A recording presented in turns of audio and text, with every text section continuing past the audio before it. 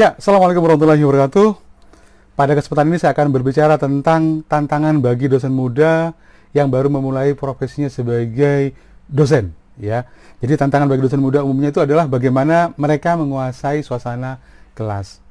Mengajar mahasiswa di semester awal, ya, biasanya mereka akan duduk tenang dan diam saat dosen masuk ke dalam kelas. Namun tidak dengan mahasiswa semester pertengahan dan atas. Ya. Apa problemnya? Jadi mereka biasanya merasa senior ya dan seterusnya. Jadi apalagi bila usia dosen tidak terlalu jauh dengan mahasiswanya atau mungkin kakak kelasnya yang jadi dosen. Ya. Ini juga menjadi perhatian atau masalah sendiri bagi si dosen ketika dia baru masuk di kelas. Kecuali kalau Anda terkenal sebagai dosen killer yang galak, ya, yang siap dan tega mengusir mahasiswa keluar dari kelas. Ya. Tapi apa ada dosen muda yang galak? Ya, apa masih musim dosen killer yang ditakuti oleh mahasiswanya? Menurut saya, dosen pemarah di kelas itu karena mereka tidak paham bagaimana berkomunikasi dan menguasai suasana kelas.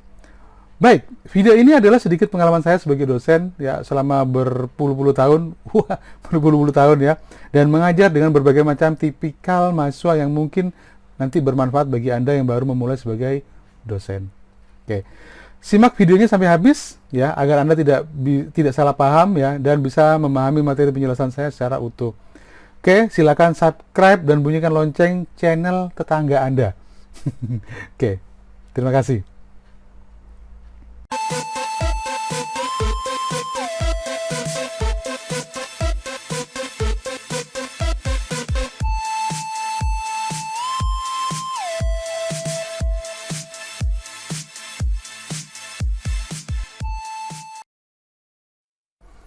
Baik, saya mulai dari bagaimana kondisi kelas dengan berbagai model mahasiswa.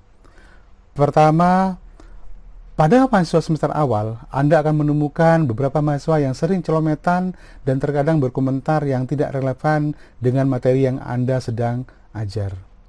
Perlu dipahami, sebagian dari mereka adalah mahasiswa peralihan dari siswa ke mahasiswa.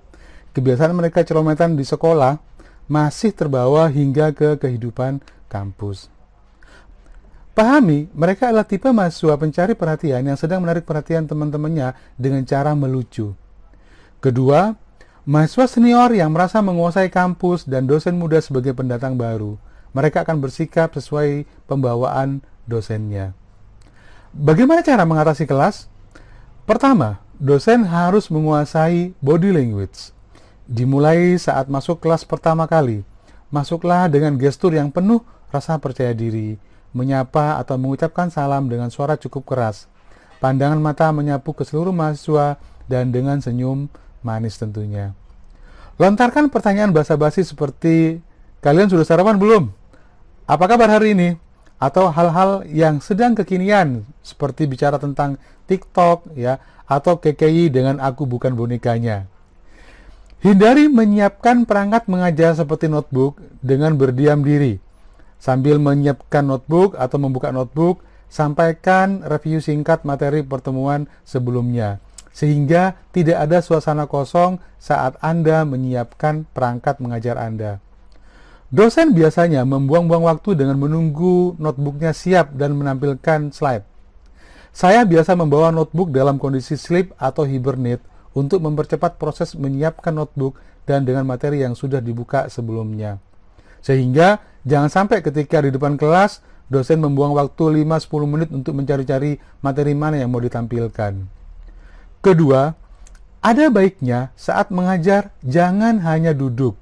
Ini untuk memberikan perhatian kepada semua mahasiswa. Biasanya ketika dosen duduk dan terlalu asik dengan notebooknya, ya tanpa Anda kontak mata dengan mahasiswa, maka mahasiswa cenderung untuk bermain sendiri atau ngobrol dengan temannya. Gunakan area di depan kelas dengan maksimal dan kontak mata. Dan tentu saja body movement untuk mengontrol suasana kelas. Ya. Perlu juga maju mendekati mahasiswa saat meminta mereka memberikan pendapat atau tanggapan.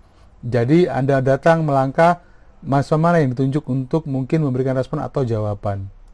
Gunakan presentation tool plus laser pointer untuk mengontrol slide presentasi agar Anda lebih leluasa saat menjelaskan.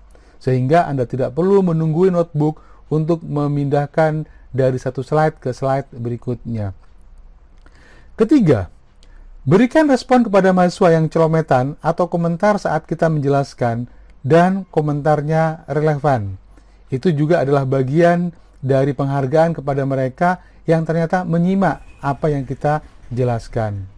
Namun, jangan segan-segan juga untuk menegur bila celometannya berlebihan atau tidak relevan. Keempat, sesekali tunjuk mahasiswa yang sering ngobrol dengan temannya untuk menjawab pertanyaan. Jadi, pada bagian ini penting sekali. Ya, karena apa? Karena beberapa mahasiswa yang mengobrol biasanya akan mengganggu suasana kelas. Oke.